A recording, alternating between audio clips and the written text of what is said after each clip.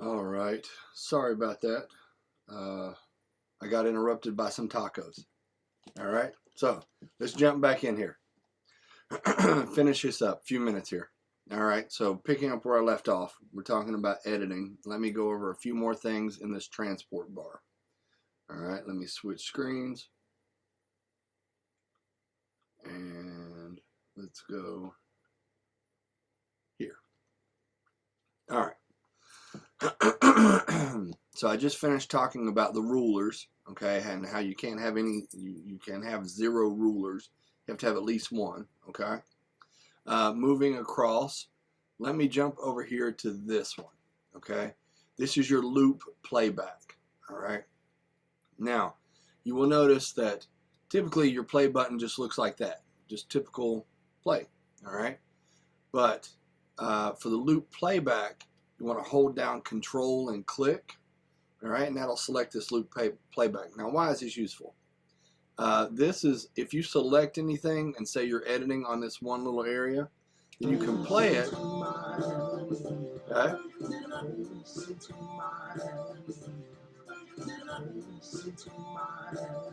Right there. So that's very, very useful if you're editing and you're trying to fine tune something. And that's called loop playback. Now, the key command, the shortcut for that is Shift Command L. Yep, Shift Command L. There you go. Shift Command L.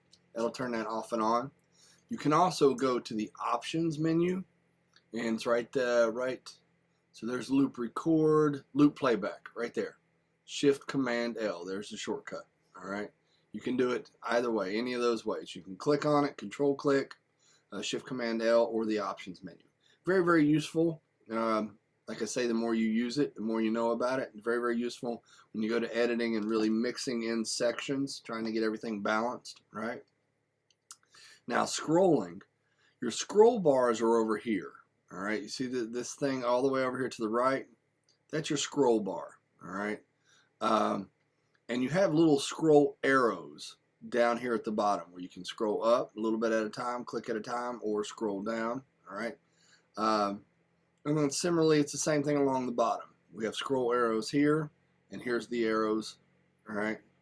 Now, you can also do this if you have a trackpad, all right, which you will on your laptop, but 2 fingers. 2 fingers does the same thing, okay? You can do that. Does the same scrolling, all right? Now, zooming, let's talk a little bit about some of our zoom features in Pro Tools. And zoom, very, very useful. We've already talked about the zoom tool right here, okay? But there are a lot of other options when it comes to zooming in Pro Tools. Let's start with what's called the zoom toggle, all right? And you can change this around. You can actually set this. If you go to your settings, all right, and then you'll go here to your preferences, and you'll see in editing, and then you'll see a whole section here, zoom toggle, all right? Now, the default is to zoom in on the selection, and that's usually where I leave it. I usually don't fool with this. This is pretty good, but this is where it is if you choose to set it up, okay? And now what this is, let me show you what the zoom toggle is. It's these buttons right here, 1, 2, 3, 4, 5, okay? That's what we're dealing with, and these let you see the zoom based on a preset. So if I hit 1, I'm going to have a zoom toggle. 2, okay, goes to that one. 3, you'll see that they're all a little bit different, and these are presets, okay. These are presets that you can adjust and just see in different ways. If you can set these to whatever you want. So say you want to see like that, and let's zoom in to right there. All right, so something like that. What you can do is you can hold the command button and click on any of these button numbers, 1, 2, 3, 4, 5. And did you see it kind of flash? You see that up there? That is now that preset. See? And it'll jump to that zoom level. Yeah? See how it goes back there? You can do these whatever you want, okay? The zoom presets are handy if you just want to keep jumping in and out of stuff. Like if you want to jump back to full screen quickly to zooming into here, back and forth, that's why you would use these presets. Mainly for editing, fine-tune areas, and then jumping back out, listening to bigger pictures. All right. Now you can also click and drag. All right. This is if your trackpad, you take 2 fingers and you just go in 2 different directions. You're going to get smooth zooming like that as well. Okay. Now you will also have zoom key commands. These come in really, really handy, so you should learn these quick little shortcuts I'm going to show you. Okay. Now, if you have edit keyboard focus, which is this little A to Z thing over here, you see that? So I'm turning it on and off, a gold thing. Okay.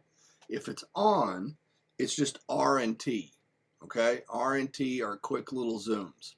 All right. Those are quick zoom controls. But now, if that's not on, all right, say we go to our mix window, and remember me talking about keyboard command over here in our groups. So if it's on over here, okay, right there, and let's do this. Let me show you this. So you will see that if it's on over here in my groups, it's not on over here in my edit window. Okay. In this case, R and T does not work. I'm hitting R and T right now. It does not work. Okay. But there's a nice little shortcut that overrides this no matter where you are. Okay. And it is Command bracket, left or right bracket. So you do not have to have your keyboard, your key focus for this one to work. This is the one I use the most. That way I don't have to do the extra step of coming over here and turning that on, then using R and T. So I don't have to worry about that just by using the brackets. All right, so that's a better shortcut in my opinion. But if you just get used to the R and T, that's fine. Whatever works for you. All right. Now that's your zoom presets, your zoom shortcuts. Now let's talk about your audio waveform zoom. This is a little bit different. Okay. So the zoom commands I just showed you does the whole screen. All right. But you can actually go in here and look at the waveforms just themselves, okay? And that's these 2 buttons right up here, okay?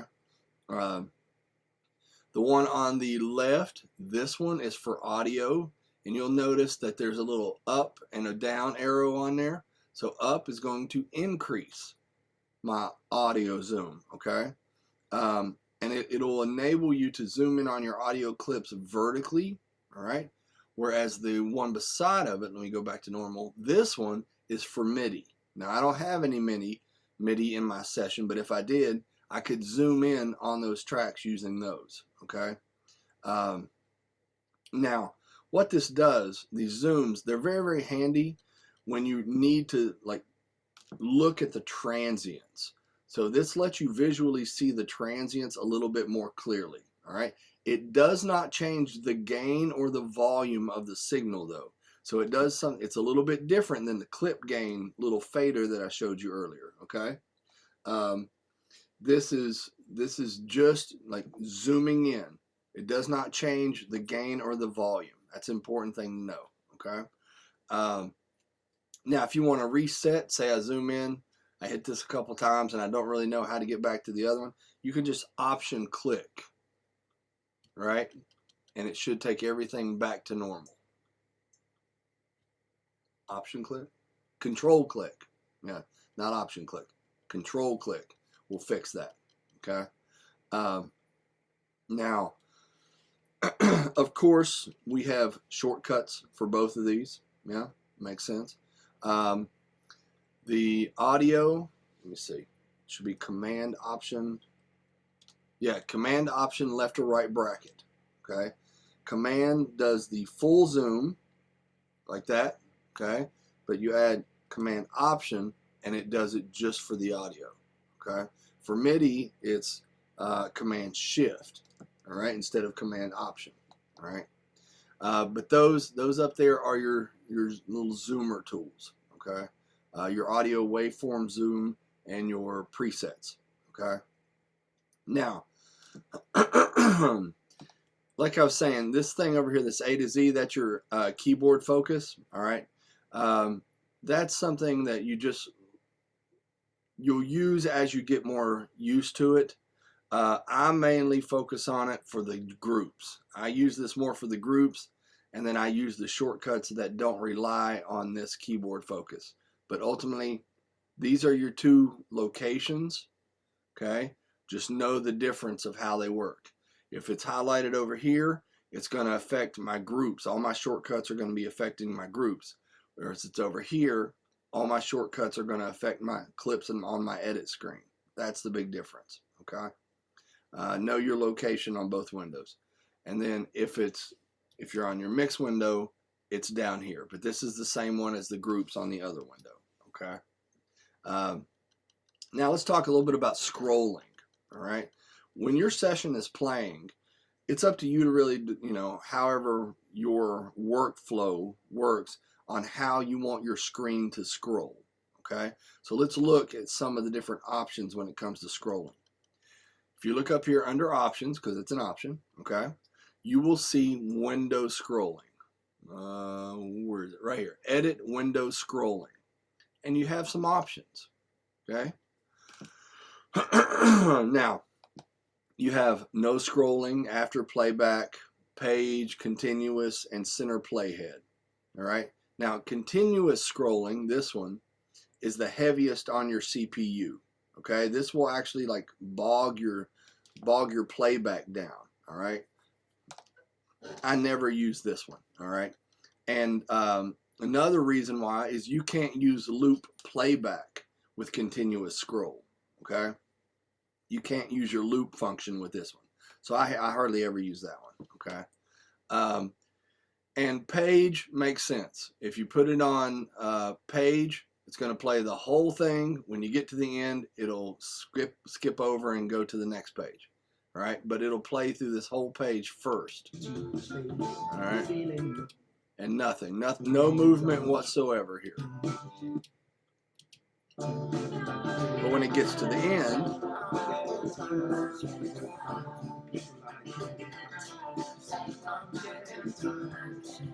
and there's your full page. You see how it works? Okay. You can use whichever one you want. After playback, no scrolling. I tend to do no scrolling, depending on what I'm looking for, because I like to see my full screen. All right. So I tend to look at a lot of that. So I just leave it on no scrolling for me. But it's typically up to you. Now the one that's kind of unique up here is the center playhead. All right. Let me demonstrate that one a little bit. Now in this one, same way, you can't do loop in this one as well. But the way this one works is it always plays wherever you are in the middle. Now I just hit return. Okay. So when I go back to the beginning of the session, this may look like a glitch, but it's actually not. Okay. What's happening here is there's nothing over here. The beginning of my session actually starts here. This is the beginning of your session. And as I play, you see how it just scrolls through my session. But my playhead is always in the middle. That's what center playhead actually means. And so when I hit enter, it actually looks like something's wrong, but it's really not. All right, this is just something kind of unique if you're not used to this particular viewpoint. All right, so I can go back to no scrolling, takes me back to my full screen. All right, for some reason, that's how Pro Tools decided that it would work. That's the way they did that. All right, now a few more minutes. Let's move on a little bit. I want to talk about a few things. These buttons, these blue buttons right here, okay? Particularly this insertion follows playback, all right? That one, insertion follows playback, all right? Now what this does, what this button does, this dictates where your playback cursor will wind up when you press stop, okay? And what I mean by that is that if this is off, okay, right there, and I press play, all right, and then I stop it and I press play again. It keeps playing for wherever it stopped. All right. And what this does, if I turn it on, it means that insertion follows playback. That means my insertion point, i.e., like where I'm playing from, follows my playback. And now when I stop, all right, wherever I select is where it goes. All right, a little bit different than if I just do it like this. See how it's jumping back to the same starting point?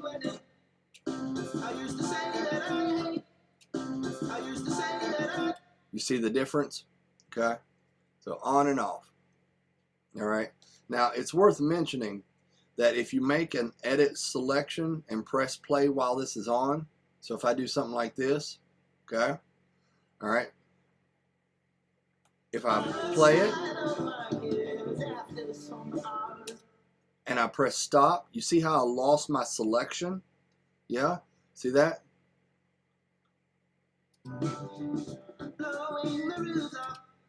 See how it loses my selection? I don't really like that, especially for like loop functions and things like that. It would kick it out of there, okay?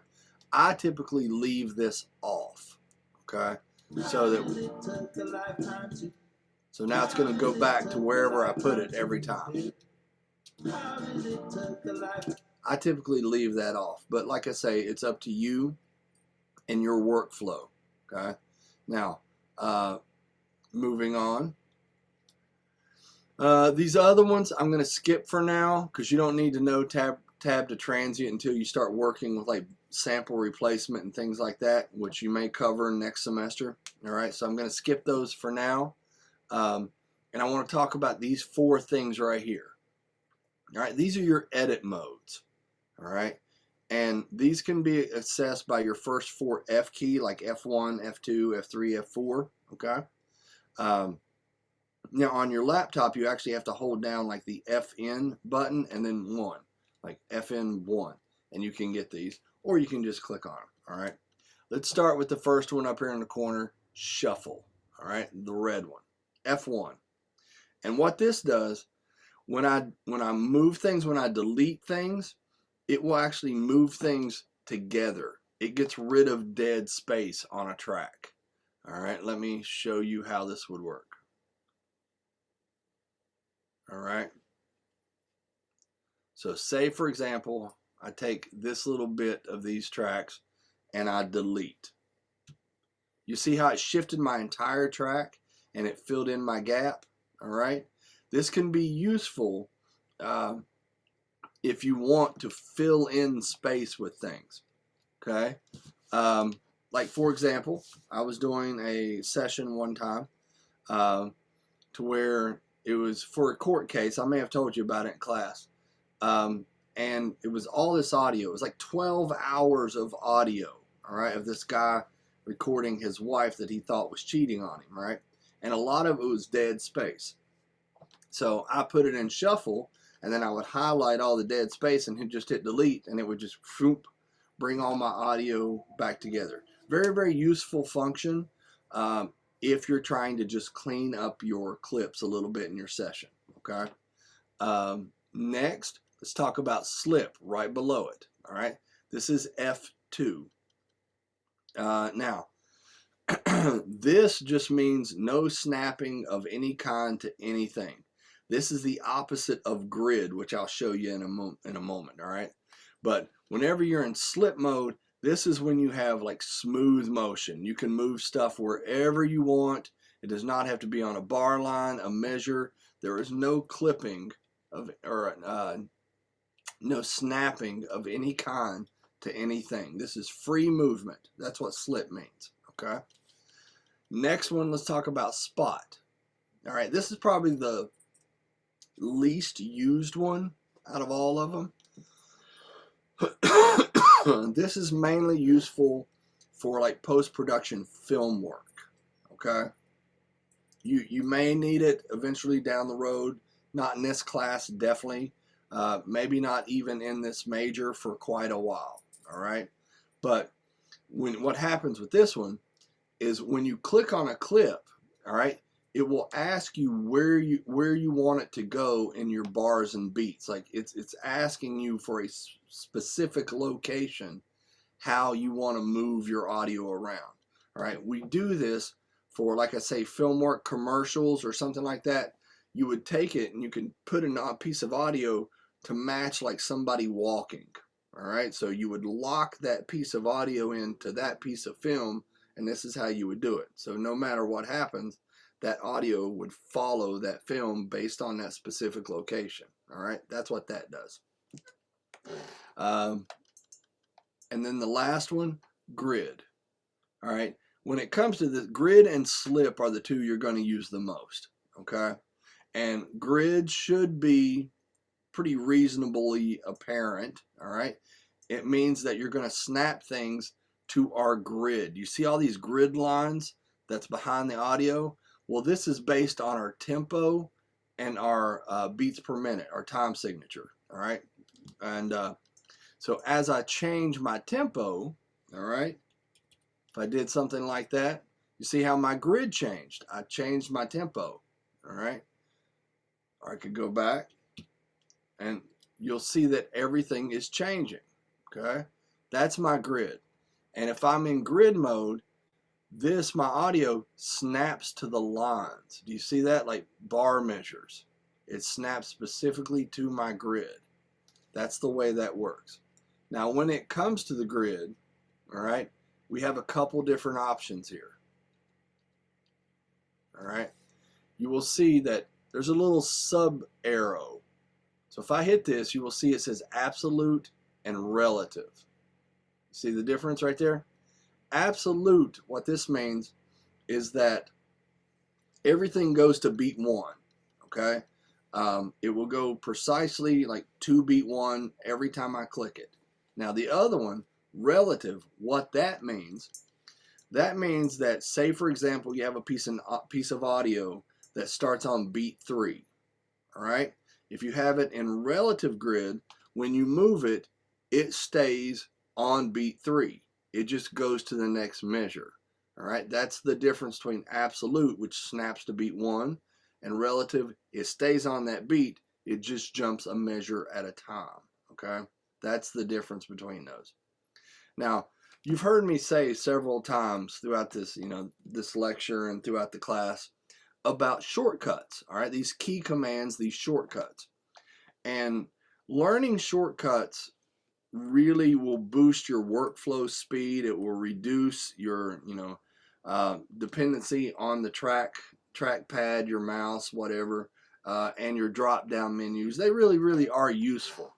Now, do you have to memorize all of them? No, there are thousands. Okay, you don't need to memorize all of those, but there are some common ones, and I've put those common shortcuts into the modules on Canvas to help you. The ones that I think are the most useful, right? We use the most.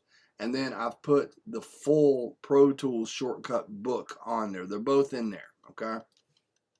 But just make sure that you know the most common ones, like spacebar is play and stop, all right? Command Z, that's a great one. And then Command C, Command V, copy paste. Those are still the same, all right? Some good ones like Command E, that's how you separate your clip. That's a great one. Like if I go in here, anywhere I clip, my cursor is, I can hit Command E and it splits my clip. Very, very useful. All right. Another one's your batch fades. That's your Command F. All right.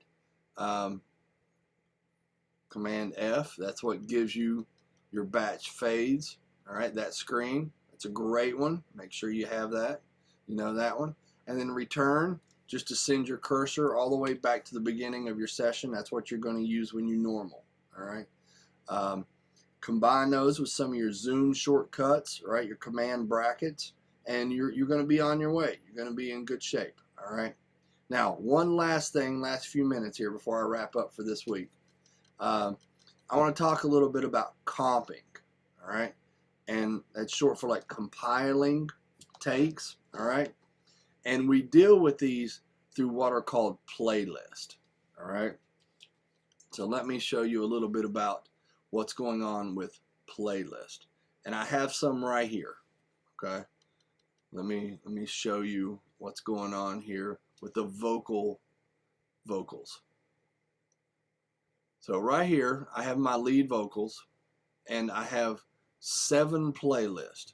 All right. Now, what are playlists? Playlists are alternate takes on a track, all right, that are on the same timeline, all right. And what this means, we use these for compiling vocals. We can also use them though for instrumentals. They're great for guitar solos so that people can try things, right? And what these do, what they do is you'll just sing over a part like 5 times, okay? And then it will give you all 5 of those takes, and then you can pick and choose the best part out of each take. All right, that's how this works. All right, and each track can have multiple playlists. All right, and you can have clips within each of the playlist. All right, and you know, you can just, like I say, you get to pick and choose. It's non-destructive editing. All right, and it's very flexible to help you with your decision making on what you want to keep in your takes. All right, this is one of the best things about, you know, DAWs and digital recording, are comping your vocals. All right, I'll show you a little bit of how to do this. All right. Now, when you're recording vocals, a flawless one-take vocal performance is just extremely rare. All right, and so what we do as producers is we record vocals usually section by section. Okay, and we have the vocalist repeat these parts. Even if they make mistakes, we just keep recording, keep the recording going. All right, and eventually, just fingers crossed, they're going to nail that perfect take. All right. And what you do is, like I say, you take all of these takes and you just pick and choose to create the one perfect composite track. All right. And having too many takes is much better than not having enough. All right. Plus, you never know, you may find something creative to do with the other takes. You never know. All right. But as you record, all these takes are recorded on multiple playlists. Okay. And after tracking, okay, you're gonna just use these to sculpt, like I say, the perfect way. Let me show you how to do this. Okay, so I have a vocal line. All right here. Here's my main vocal track. All right, and few steps you have to do this. Let me show you this. First thing you have to have is loop record. All right, you have to have your loop record option enabled. All right, now the way to do this, I showed you loop playback, but you also need loop record for your playlist. All right, and it's the same way. Hold down Control, and you're going to click on this until you get this arrow going around your record button. All right, that is loop record. That's what you want. All right, now after you get that, next step, you have to actually turn this on. All right, your playlist. So you're going to go into your settings. You're going to go into operation right here, operation, okay, and record. And then underneath here, you will see automatically create new playlist when loop recording. All right, make sure that is checked. All right, now hit OK, and you are good to go. Now, first thing you want to do whenever you're doing this is you want to define your loop. So say, for example, I'm going to have my singer sing the verse. So I'm going to select my verse right there, all right? And now nothing's going to show up, but I'm just going to show you what's going on here, all right? So now I'm going to go in here and I'm going to hit record, all right? You arm it first, and then you hit play. Oh, hang on. You have to arm the track right here. Come on. There's no input. Let's see if I have any. I have no inputs available. So I have no microphones hooked up right now. So normally if I had a microphone, it would show up right there. So I can't record anything. That's perfectly fine. No big deal. All right, but I would go in here, I would hit record, and then whatever I say would come here, and then it's going to loop back and it's going to record another track. Okay, and then I let it keep going, it's going to record another track, and then as I cycle through it, okay, and I press stop, every time I cycle, Pro Tools will give me a different playlist like what I have here. All right, these are all the same take over and over and over. Okay, and when you do this, when you have multiple playbacks, these multiple playlists, okay, you will see on my master track I have a blue arrow up here. Do you see that? Okay, this is showing me that I have multiple playlists on that track. So to see those playlists, you go underneath. Normally this says waveform, okay, right there. And now you'll notice that all my playlists are gone, right? But go in here, go to playlist, and now there's everything. Those are all of my takes. You'll see all your takes when you flip it over to playlist, all right? Now what you want to do is you want to have a blank playlist at the top. And how you create a playlist is right here. Click on that blue arrow and you will see right here, duplicate or new, all right? That type of idea. And when you create a new one, it'll put it up here at the top, all right? And it's waiting for you to pick all the best pieces out of your playlist, all right? Now, once you have chosen, all right, the piece of the clip that you want, let me show you this. So say, for example, I like this part of my first take. I'm going to select it, and there's two ways to do this, okay? You can select it and hit the up arrow. Do you see that? Now when I hit that, it's going to throw it up to the top, boom, right like that. Now I am starting to compile my audio, my best take. So say now I like this part for the next one. So I'm going to come over here, select it, hit my up arrow, and it throws it up to my main compile list. See this? Now say I liked these two for the next part. Okay? Now the shortcut for this is Control Option V. There. Instead of my up arrow, I can hit Control Option V. And it'll now grab my pieces right like that, and whatever I want, throws them up into my main playlist up at the top. You'll see I'm still keeping all of my audio down underneath on my playlist. All right, nothing is getting hurt, nothing is getting damaged. I'm just picking the parts that I like the most and throwing them up on top. And now that is my playlist. I have now comped that vocal. All right, now once I've gone through here, picked all the pieces, okay, you have to do a little bit more. You have to clean it up a little bit, okay? You're not quite finished. But after you're finished here, next thing you want to do is you have to add your fades, all right? So you want to select the entire track, Command F, all right? It's going to give me my option for my fades, and just hit OK. And now it's going to build in, automatically throw in where I need them, any cross fades. I'm zooming in just so you can see it. Okay, see how it created that cross fade right there? It does it automatically. Yeah, that's what batch fades do. And now that whole track, that whole comp track, will sound nice and smooth. All right, that's the way that works. Yeah, hopefully that makes sense. You may have to watch that part a couple times or two. All right, but that's the way this works. So that's how you comp in Pro Tools. Just a few steps, but it shouldn't be too bad. All right, go through, give it a try. Let me know if you have any issues, any questions. All right, and of course we'll clean it up.